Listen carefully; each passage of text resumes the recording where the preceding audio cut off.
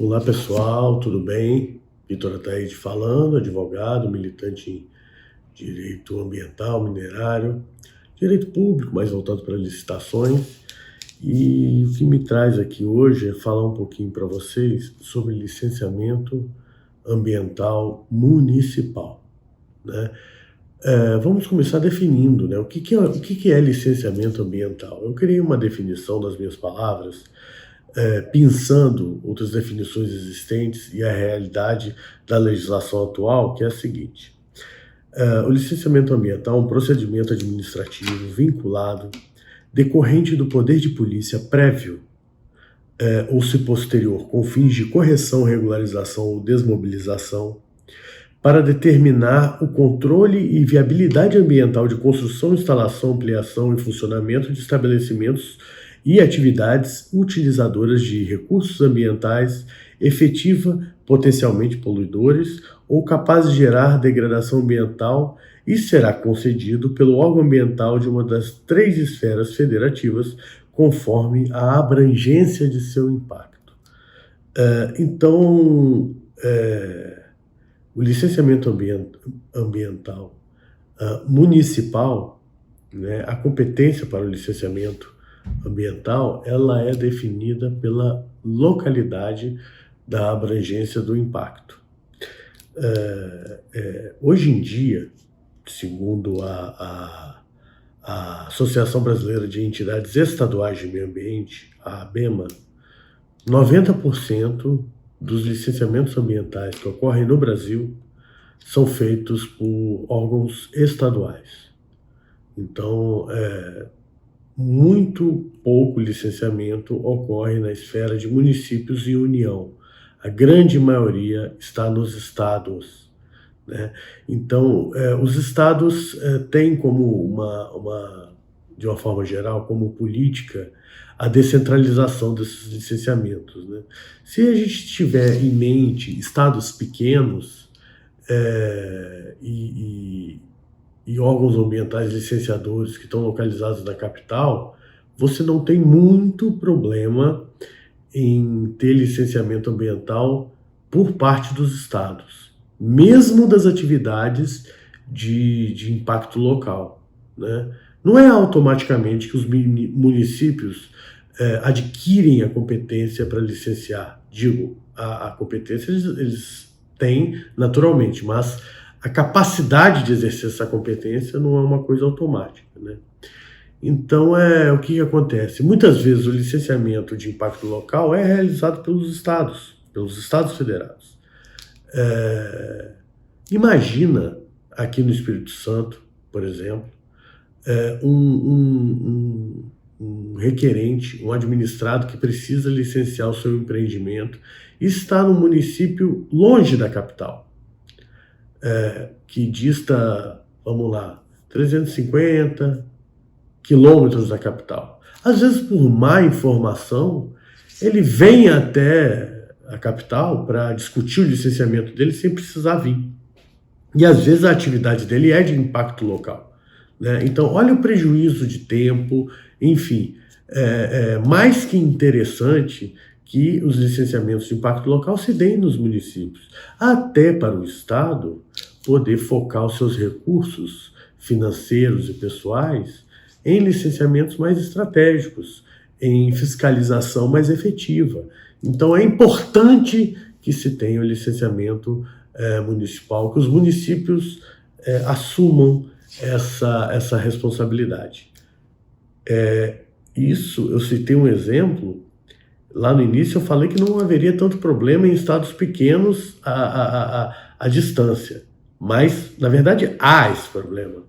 E é pior ainda em estados de proporções de países, né? Imagina isso no Pará, imagina isso em Minas Gerais. Enfim, tudo bem que em Minas Gerais o órgão estadual ele é descentralizado, ele está localizado ao longo do estado de Minas Gerais. Aqui no Espírito Santo, que o órgão licenciador, um dos órgãos licenciadores, que é o IEMA, ele tá só em Vitória. Só que o IDAF, né, que é o órgão vinculado à Secretaria de Agricultura, que licencia atividades rurais, ele tem uma capilaridade maior nos municípios capixabas.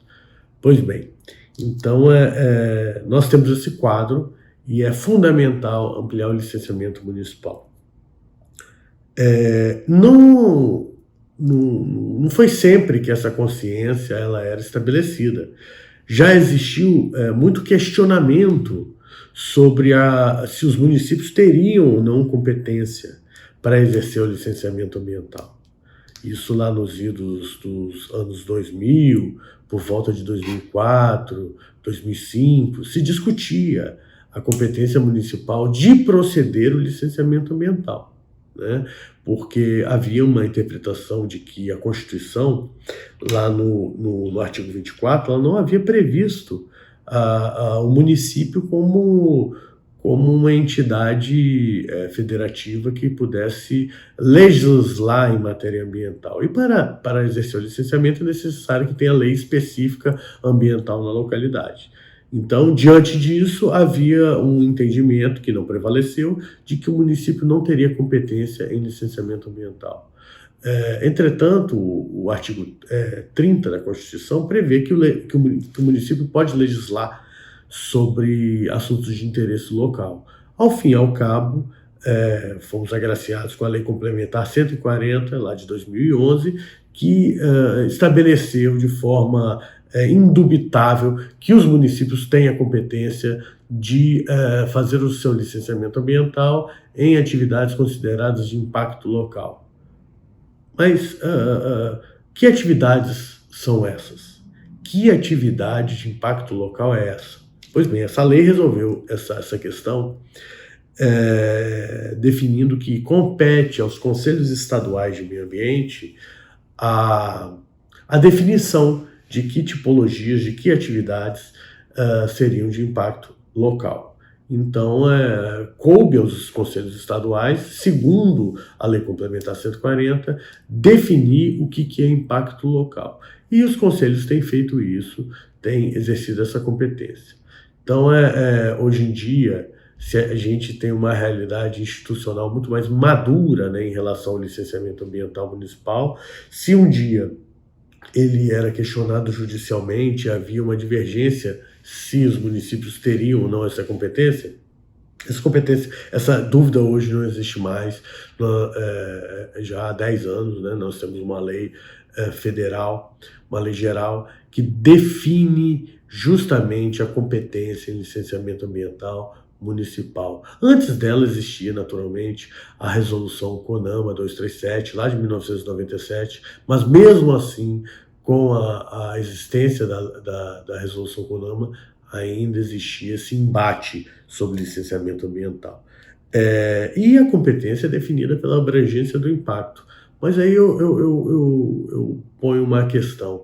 Será que os impactos ambientais, eles de fato obedecem uma lógica geográfica? Uma divisão política? Penso que não. Nós tivemos alguns exemplos aí recentemente de empreendimentos que foram licenciados pelo estado A, só que por ocasião de um acidente impactou o estado B e até o C e até o D, né? A gente sabe muito bem que isso aconteceu recentemente. Vale lembrar também, por exemplo, a hipótese, né, de um acidente nuclear como o de Chernobyl. Tudo bem que aqui no Brasil a previsão para licenciar usinas nucleares é da União, mas os impactos de um acidente nuclear não observam limites territoriais, não observam fronteiras e divisão políticas, né? Então é uma ficção a questão do impacto. E também tem casos até cômicos a esse respeito, para não dizer outra coisa. Eu conheci uma vez um fiscal de um órgão ambiental, que eu não lembro bem se a atividade era depósito de areia ou era extração de areia. Só que como havia o transporte de areia de um município para o outro, que atravessava um terceiro município, e a caçamba do caminhão derrubava a areia pelo caminho, ele falava que o impacto não era local, pois ao derrubar a areia, impactava 3 municípios. Bom, naturalmente que é uma interpretação equivocada, pois o impacto de derrubar areia, enfim, é praticamente zero, né, o impacto ambiental disso, a ensejar a mudança de competência do licenciamento ambiental, realmente é uma interpretação exótica, vamos dizer assim. Mas, enfim, então a lei complementar pôs fim a esse tipo de discussão se caberia ou não o licenciamento ambiental. Outra questão que deve ser levada em conta aqui é o projeto de lei, né, 3729, lá de 2004, que estabelece a Lei Geral de Licenciamento Ambiental e como que ela encara o licenciamento ambiental nessa lei geral. Pois bem, primeiro, três pontos importantes. Primeiro, que ela não deixa dúvidas que o município tem realmente, de fato, competência em fazer o licenciamento ambiental. Isso daí fica mais uma vez claro nessa norma. Segundo, e aí eu não estou falando de licenciamento ambiental em si, mas em procedimento de licenciamento ambiental. Ela diz que o licenciamento ambiental, seja ele em que esfera for, ele não pode depender da anuência do município em dizer se aquela atividade está de acordo com a lei de parcelamento do solo, se aquela atividade é permitida ou não. Porque hoje em dia os municípios, os órgãos estaduais, enfim, federais, eles pedem do empreendedor que juntem no procedimento de licenciamento ambiental a anuência do município para aquela atividade naquele local do município, né? O alvará de localização e funcionamento, enfim. Então,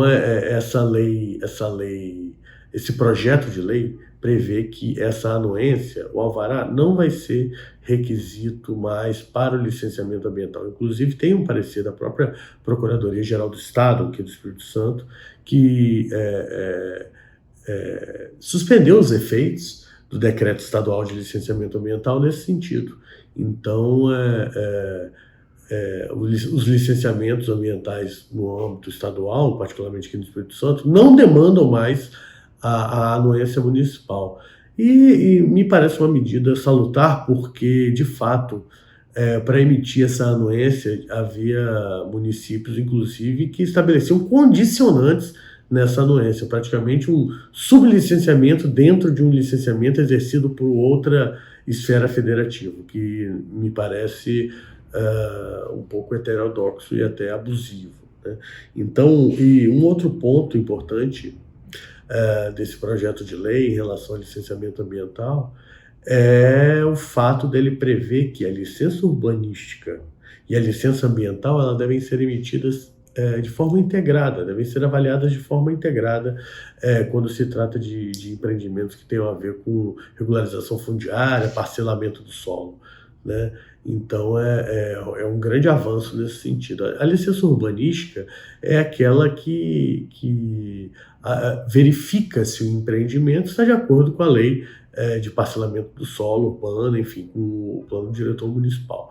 Então, ela é uma outra espécie de licença, né? Então, no caso de empreendimentos de parcelamento do solo, regularização fundiária, segundo esse projeto de lei, a ocupação, o licenciamento urbanístico e ambiental serão integrados, né? E, por fim, queria só trazer à luz aqui só mais uma questão, que se o licenciamento ambiental é o procedimento administrativo que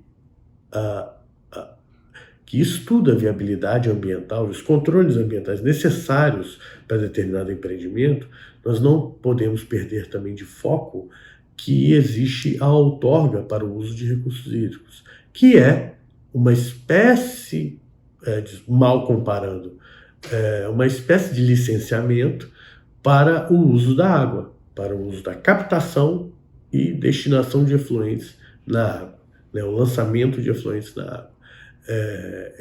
Essas atividades, se não são insignificantes, assim definido pelos órgãos competentes, elas demandam outorga para o uso de recursos hídricos. A outorga é um dos instrumentos da política da Política Nacional de Recursos Hídricos, né, prevista na Lei 9433 de 1997.